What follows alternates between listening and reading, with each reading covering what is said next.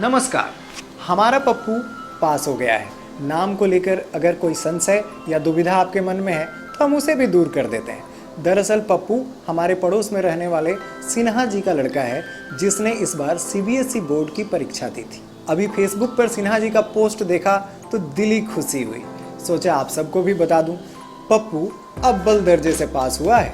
शायद आपका भी कोई दूर या करीब का रिश्तेदार या जान पहचान वाला बच्चा जरूर पास हुआ होगा और आपने भी अपनी फ़ोन की गैलरी में उसके साथ वाली अपनी तस्वीर ढूंढने और उसे फेसबुक पर चस्पाकर शुभकामना के 2 शब्द लिखने में कोई देर नहीं की होगी। जी, ये वाजिब हक है उसका और हमारी जिम्मेदारी भी कि हम उसकी हौसला अफजाई करें।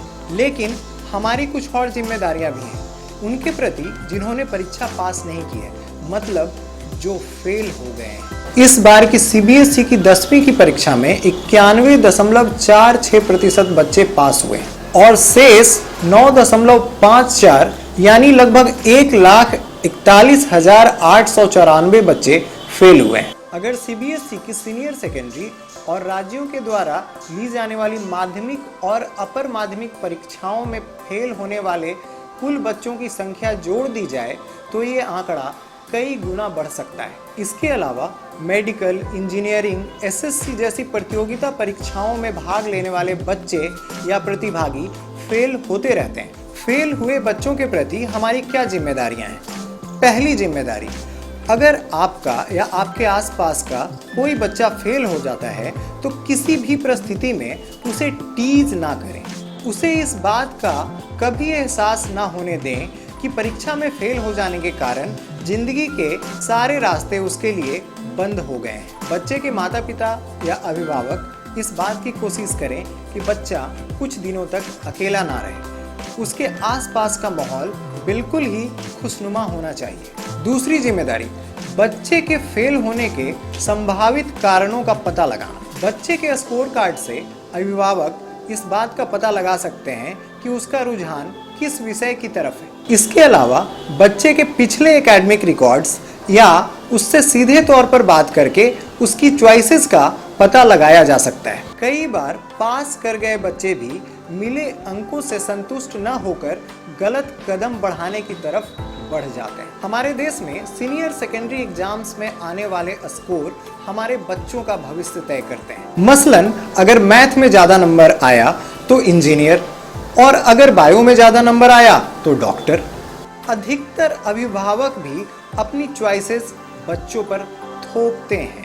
हमें याद रखना चाहिए कि हर बच्चा स्पेशल होता है और उसकी अपनी क्षमता भी होती है।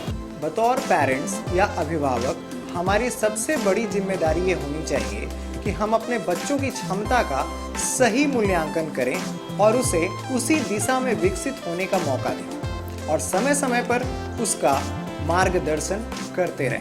आप में से कईयों को इन सुझावों से इत्तेफाक नहीं हो सकता। आप कह सकते हैं कि हमारे बच्चे ज़्यादा छूट देने पे बिगड़ जाएंगे, लेकिन हमें इस बात को हमेशा याद रखना चाहिए कि हमारे बच्चे हमारे आसपास ही बड़े होते हैं। वो अधिकांश चीज़ें हमसे ही सीखते हैं। ऐसे में उनकी किताबी ज्ञान के अलावा तार्किक क्षमता का विकास करना भी हमारी ही जिम्मेदारी है। हमारे बच्चों का भविष्य कागज के पन्नों पर 1 से लेकर 1000 के बीच आने वाला कोई अंक तय नहीं कर सकता है। देश दुनिया में कई ऐसे उदाहरण हैं। लेट स्टीव जॉब्स एप्पल के संस्थापक हाई स्कूल ड्रॉप आउट थे। दुनिया को दिया गया उनका योगदान कोई नहीं भुला सकता। चार्ल्स ब्रांसन वर्जिन ग्रुप के संस्थापक, पढ़ने लिखने में कमजोर और डिसलेक्सिया के शिकार, आज 400 कंपनियों के मालिक। लेट धीरूभाई अंबानी रिलायंस ग्रुप के संस्थापक, पूरा देश आज उन पर अभिमान करता है। अरे बच्चे हैं, गिरेंगे, उठेंगे और दौड़ पड़ेंगे, फिर आप गर्व से कहेंगे वाह क्या बात है, पप्पू पास हो गया। शुक्रिया।